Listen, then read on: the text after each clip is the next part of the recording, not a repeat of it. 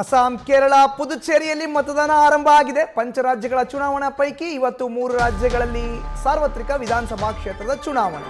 ಒಂದು ಅಸ್ಸಾಂ, ಇನ್ನೊಂದು ಕೇರಳ, ಮತ್ತೊಂದು ಕೇಂದ್ರಾಡಳಿತ ಪ್ರದೇಶ ಪುದುಚೇರಿ. ಅಲ್ಲೂ ಕೂಡ ಮತದಾನ ಆರಂಭ ಆಗಿದೆ. ಬೆಳಗ್ಗೆ 7 ಗಂಟೆಯಿಂದ ಸಂಜೆ 6 ಗಂಟೆ ತನಕ ಮತದಾನ ಮಾಡಲಿಕ್ಕೆ ಅವಕಾಶವನ್ನು ಕಲ್ಪಿಸಲಾಗಿದೆ. ಅಸ್ಸಾಂ, ಕೇರಳದಲ್ಲಿ.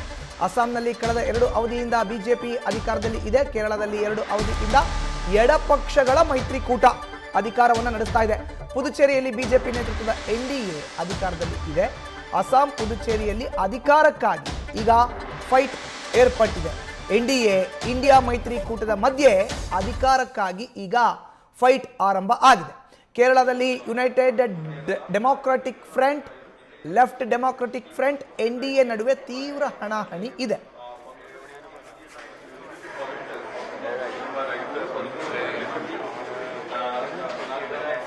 ಇನ್ನು ಇವತ್ತು ಪಂಚರಾಜ್ಯಗಳ ಚುನಾವಣೆಯ ಪೈಕಿ 3 ರಾಜ್ಯಗಳ ಸಾರ್ವತ್ರಿಕ ವಿಧಾನಸಭಾ ಕ್ಷೇತ್ರದ ಚುನಾವಣೆ ನಡೀತಾ ಇದೆ.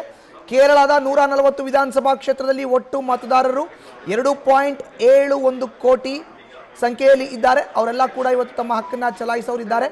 ಇನ್ನು ಅಸ್ಸಾಂ 2ನೇ ರಾಜ್ಯ, 126 ವಿಧಾನಸಭಾ ಕ್ಷೇತ್ರಗಳಿಗೆ ಚುನಾವಣೆ ನಡೀತಾ ಇದೆ ಒಂದೇ ಹಂತದಲ್ಲಿ.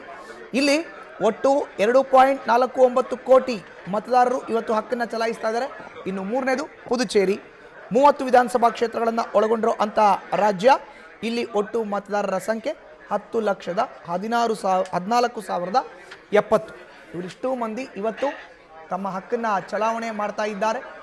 3 ರಾಜ್ಯಗಳ ಸಾರ್ವತ್ರಿಕ ವಿಧಾನಸಭಾ ಕ್ಷೇತ್ರದ ಚುನಾವಣೆ ಇವತ್ತು ನಡೀತಾ ಇದೆ.